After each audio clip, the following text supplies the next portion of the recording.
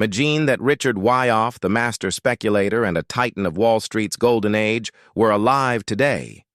Imagine that we could present him with a simple but profound challenge. Here is $100,000 of starting capital. How would you, based upon your timeless and hard-won principles, construct a portfolio from scratch in the complex and volatile markets of the 21st century? What would be your plan of action from the very first dollar to the final profitable campaign?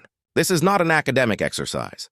It is a practical blueprint, a hypothetical reconstruction of a master's thought process. This study will lay out that plan.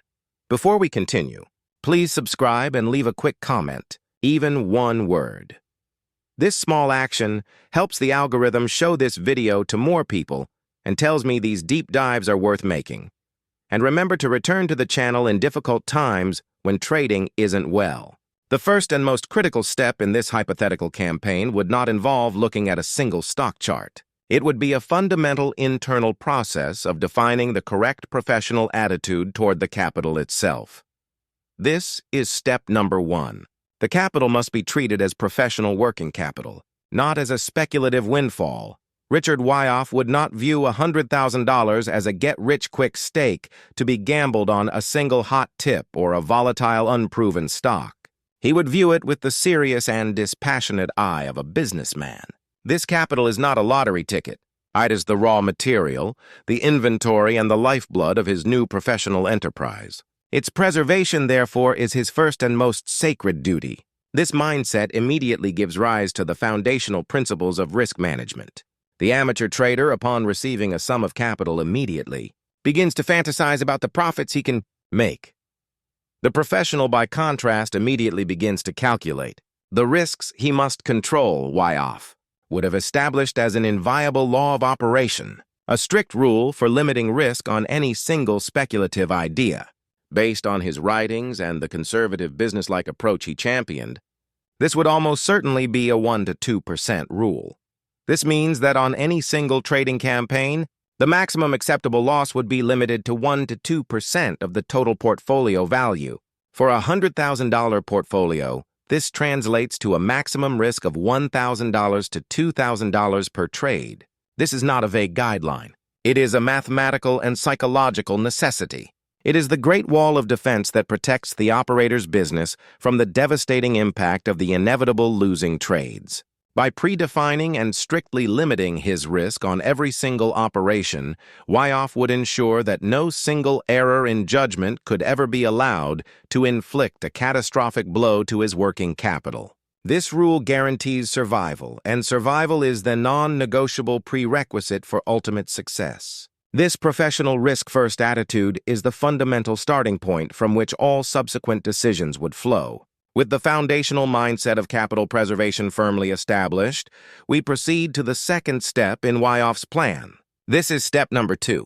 The capital must be strategically allocated into a 2-component portfolio.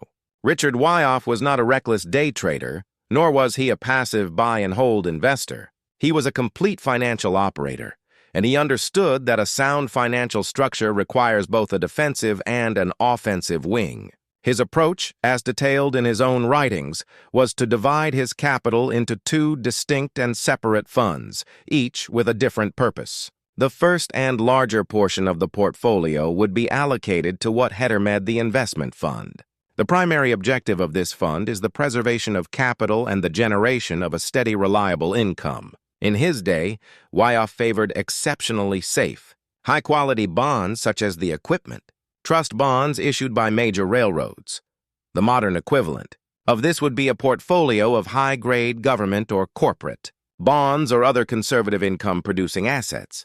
This portion of the portfolio acts as the great stable anchor.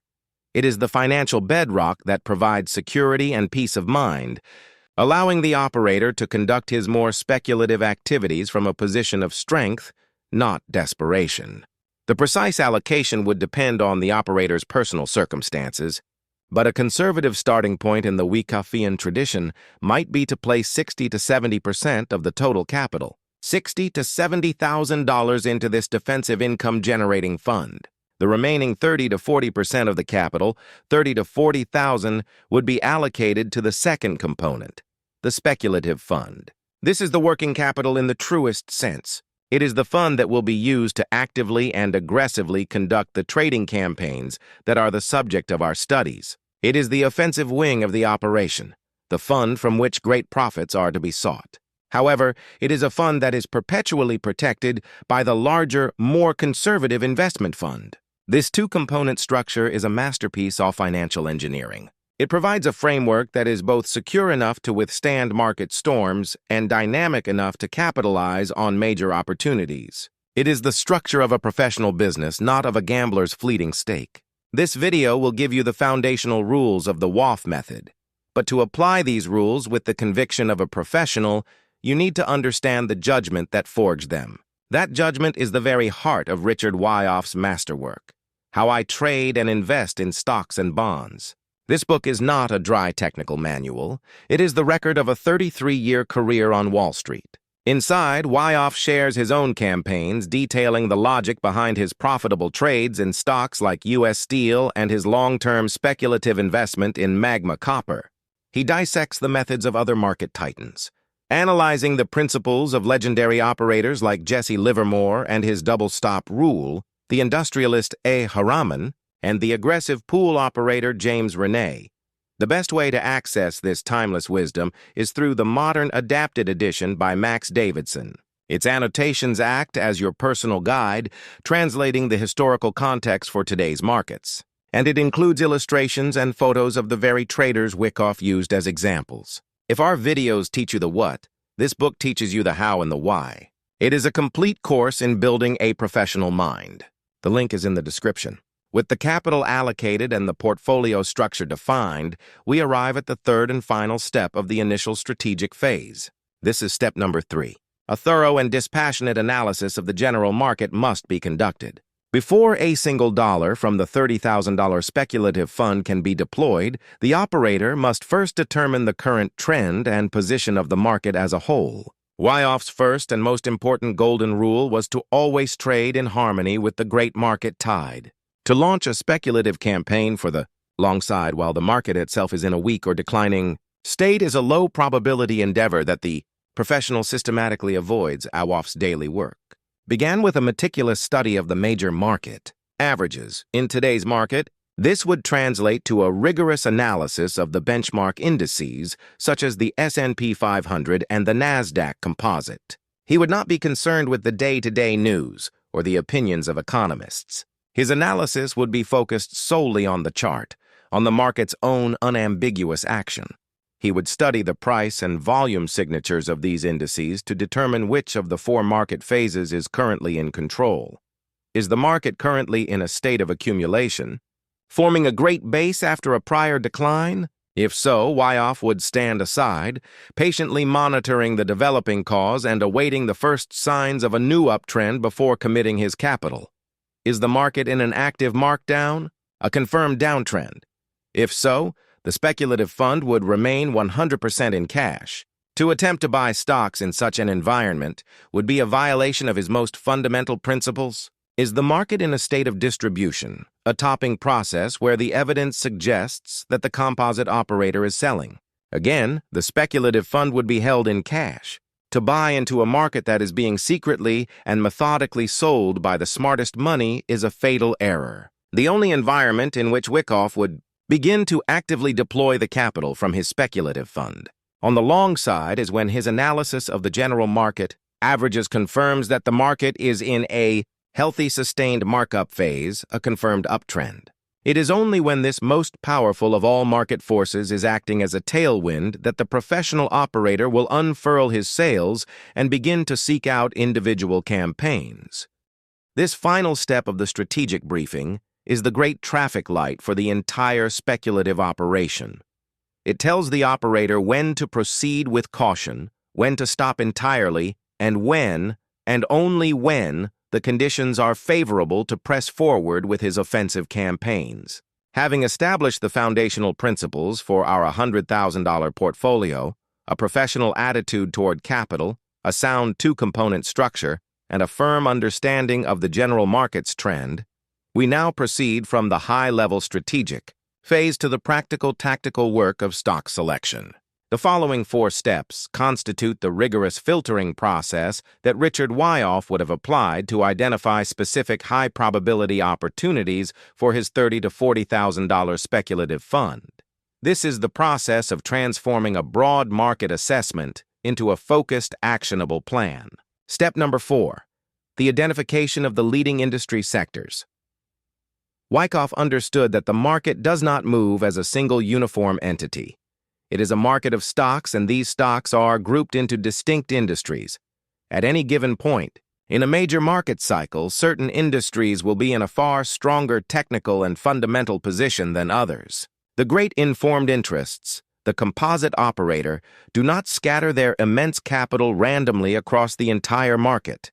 They concentrate their buying power in those specific sectors that they believe offer the greatest potential for leadership in the coming advance. Our first tactical objective, therefore, is to identify the footprints of this concentrated buying. The process for achieving this is a direct and logical application of the principle of relative strength. With our analysis of the general market, averages confirming that the primary trend is upward, we now engage in a systematic comparative analysis of the major industry sector indices. In today's market, this would involve comparing the charts of sectors such as technology, industrials, healthcare, energy, and financials against the benchmark S&P 500 index. The objective is to find those few sectors that are demonstrating clear and persistent outperformance. A leading sector is one whose price chart shows that it is rising faster and further than the general market during advances, and that it is falling less, or holding its ground more firmly during market corrections. This superior price action is the market's own unambiguous declaration of professional sponsorship. It is the evidence that the composite operator is actively accumulating positions within this group. Any sector that is lagging the market, that is failing to keep pace with the averages, is by definition being neglected or actively distributed by the smart money. Wyckoff would have ruthlessly discarded these lagging groups from any further consideration. His speculative fund would only be deployed in those areas where the evidence of professional interest was strongest. Step number 5, the selection of the leading individual stocks within those leading sectors. Once the handful of strongest industry groups has been identified, the filtering process becomes even more refined. The next step is to drill down into these leading groups to identify 2 or perhaps 3 individual stocks that are the undisputed leaders of the pack. A professional campaign is always conducted using the best available instruments, and in the stock market, this means the strongest of the strong. The methodology for this is identical to the one used for selecting the leading sectors. It is again, a direct application of the principle of relative strength, but on a more granular level. The analyst takes the charts of the primary component stocks within a leading industry and compares their individual price action to the action of the sector index itself. A true leader is a stock that is outperforming its own group. It is the first to make a new high as the group emerges from a base, the one that rallies most forcefully, and the one that shows the greatest resilience during minor pullbacks. This exceptional performance is the final and most specific footprint of the composite operator. It signals that this particular company has been chosen as a primary vehicle for a major professional campaign. It is here that the most aggressive and intelligent accumulation is taking place. At the conclusion of this step, Wyckoff's initial broad analysis of the entire market would have been narrowed down to a short, highly potent watch list of perhaps 5 to 10 individual stocks. These are the A-class candidates, the only securities deemed worthy of the close day-to-day monitoring that is required in the next phase of the plan. Wyckoff's genius was his ability to decode the market by studying the chart, but his deep judgment was also formed by observing the great operators of his time, understanding their triumphs, their failures, and their mindset. To truly master the markets, one must study the masters themselves. This is why we have created a new channel, Wall Street Memoirs. This channel is a library of market history and wisdom dedicated to the most important events, thoughts, memories, and strategies of the world's most famous investors. You will find valuable information that will help you both preserve and compound your capital by learning directly from the titans of finance. If you want to understand the minds behind the greatest market campaigns and learn from their hard-won experience, we invite you to subscribe and explore. The link is in the description. Step number 6, the verification of a sufficient cause. Before any of the stocks on our newly created watch list can be considered for an actual commitment of capital, they must pass a final critical test of potential. A professional speculator as a manager of a $100,000 portfolio does not risk his capital for small or insignificant gains. He seeks opportunities that offer the potential for substantial campaign-worthy profits. This is the practical application of Wyckoff's great law of cause and effect. This law, as we have studied, dictates that a significant market move, the effect, must be preceded by a commensurate period of preparation, the cause. For a long-side campaign, this cause is the base of accumulation that is built by the composite operator. Having selected a leading stock, Wyckoff would now subject its chart to a thorough examination to ensure that the cause it has built is substantial enough to warrant a campaign. He would be looking for a broad, well-structured, and prolonged period of accumulation. A stock that has only traded sideways for a few weeks has not built a sufficient cause to fuel a major advance. Such a stock would be rejected as the potential reward would be too limited to justify the risk. He would be searching for those leaders that have undergone a long and patient preparatory campaign, often lasting for many months. The longer and more extensive the work done by the composite operator in absorbing the supply during this phase, the greater the potential for the subsequent markup. To add a quantitative dimension to this analysis, Wyckoff would have employed the point and figure chart. By performing a horizontal count of the columns within the point and figure accumulation pattern, he could derive a logical, evidence-based price objective. This projection would tell him in concrete numerical terms the approximate profit potential of the campaign. This is not a guess. It is a mathematical estimation based on the measured energy stored within the cause. Only those stocks whose point and figure count indicated a substantial upside potential, a potential reward that was a large multiple of the initial calculated risk would be retained for the final step. Step number 7. The final checklist of technical evidence. A stock may be a leader in a strong group and may have built a sufficient cause, but it is not yet ready for purchase. The final step in the selection process is a patient day-to-day monitoring of the stock's price and volume action, awaiting the final conclusive pieces of evidence that prove that the accumulation is complete and that the stock is on the very springboard of a new advance. A campaign is not launched based on potential alone. It is launched based on a final definitive and timely confirmation. This requires the analyst to wait for the successful completion of the entire sequence of Wyckoffian accumulation events. He must have already identified the initial stopping action of the prior downtrend and have witnessed the long process of absorption within the trading range. Now, in this final stage of his analysis, he is waiting for the two most critical events. First, he must wait for the final test of supply, which is the spring or shakeout. This is the final bearish trap, the deliberate thrust below support that proves that the selling pressure is exhausted. The successful completion of this test is an almost non-negotiable prerequisite for a high-quality A-class setup. Second, having witnessed the successful test, he must then wait for the first definitive proof of bullish intent.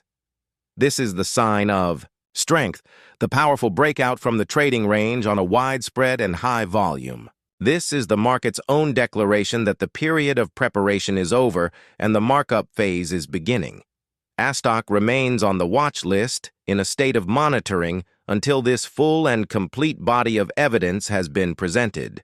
To act before the shakeout and the subsequent sign of strength is to act prematurely on an incomplete set of facts.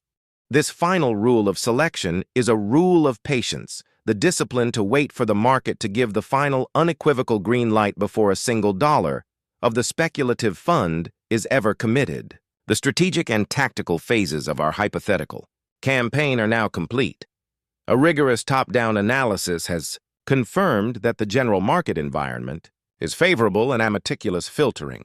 Process has isolated a leading stock that has just demonstrated its readiness to move with a clear sign of strength. We now transition from the realm of selection to the realm of action. The following 3 steps detail the precise professional execution and the subsequent management of the speculative campaign, showing exactly how Richard Wyckoff would have transformed his dispassionate analysis into a real managed position within the $100,000 portfolio. Step number 8, the low-risk entry and the calculation of the position. The discipline of a professional speculator is most acutely tested at the moment of commitment. The amateur, driven by the fear of being left behind, will invariably chase the excitement of the initial breakout. Wyckoff would have viewed this as a cardinal sin. His 8th rule would be to enter the position only at a point where the risk is at its absolute logical minimum. This requires the supreme patience to wait for the market to present a final confirmatory opportunity. This opportunity is the last point of support. After the powerful initial advance of the sign of strength, it is a natural and common occurrence for the price to experience a minor secondary reaction. This pullback serves to test the area of the breakout, the former line of resistance, to see if it will now serve as a new floor of support.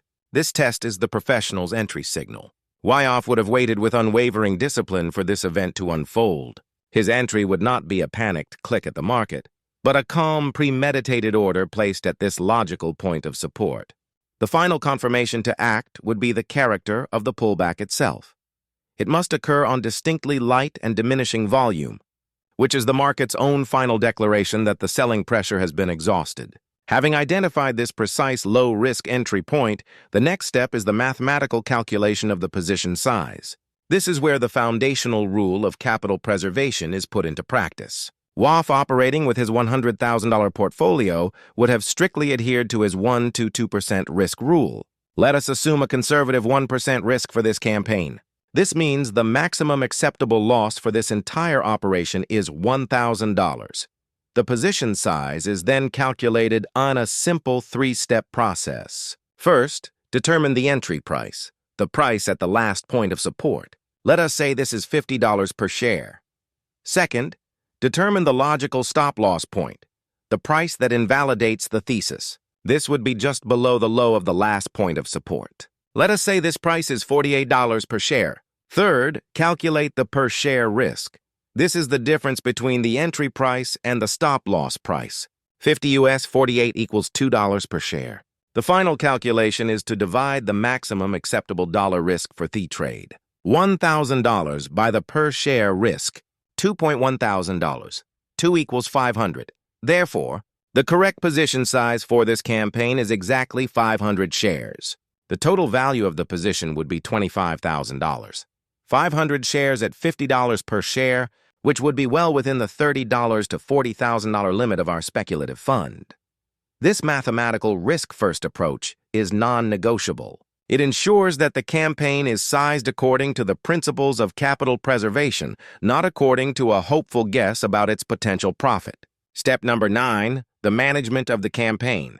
Initiating a position is only the beginning of the operator's work. A campaign once launched must be managed with professional skill and detachment in order to see it through to its logical conclusion.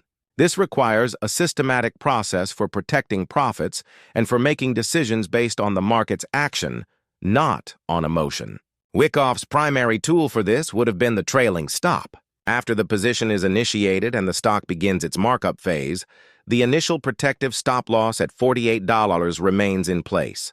However, after the stock has made a significant advance and has then completed its first natural secondary correction, the stop-loss order is moved up. The new stop is placed at a logical point just below the low of that completed correction. This process is repeated as the trend unfolds, with each new leg of the advance to a new high followed by another logical correction on low volume. The trailing stop is methodically moved higher. This mechanical technique is a powerful antidote to the emotional errors that plague the amateur. It prevents the fearful impulse to snatch a small profit on a minor dip, and it forces the operator to remain in the position and to allow the trend to run. During the course of the campaign, Wyckoff would have also considered the possibility of pyramiding, which is the practice of adding to a winning position. This is a technique for the advanced operator only, and it must be done. According to strict rules, Wyckoff would have considered adding to his initial 500 share position only at a subsequent secondary last point of support. This would be a new, smaller reaccumulation pattern that forms after the initial advance. He would have entered a new, smaller position at this point, with a stop-loss placed just below the new support area, and he would have recalculated his total risk on the entire now larger position to ensure that it still remained within his acceptable parameters. Pyramiding is a method of pressing an advantage, but only from a position of strength, and only when the market's own action provides a new low-risk opportunity to do so. Step number 10. The conclusion of the campaign and the rebalancing of the portfolio. Every campaign must have an end. A professional operator does not fall in love with a stock. He is in a business relationship with it, and that relationship concludes when the evidence indicates that the great upward move is over. The final phase of the campaign is the exit. The decision to exit is not an emotional one. It is an evidence-based one. As the stock approaches the price objective that was calculated from its point and figure chart back in Step 6, Wyckoff would have begun to watch the price and volume action with heightened vigilance. He would now be searching for the first telltale signs of a new campaign of distribution. He would be watching for a potential buying climax, a day of climactic volume where the price fails to hold its high. He would be scrutinizing the character of the rallies, looking for a divergence between effort and result, where a great deal of volume is no longer producing any significant upward progress. The exit itself would be conducted with professional calm. Wyckoff would not wait for the final catastrophic break to the downside. He would use the public's remaining optimism and the rallies within the new distribution top as his opportunity to sell his 500 shares, realizing his profit. With the campaign concluded and the profit now secured in cash within the speculative fund, a final strategic decision must be made. Wyckoff would first reevaluate the general market. Is the market as a whole still in a strong uptrend? If so, and if another A-class candidate that meets all his exacting criteria is available, he may choose to immediately redeploy this capital into a new speculative campaign. However, a more conservative and businesslike approach, especially after a substantial gain, would be to rebalance the portfolio. He might decide to take a portion of the profits and perhaps the original capital from the speculative fund and move it over to the conservative investment fund.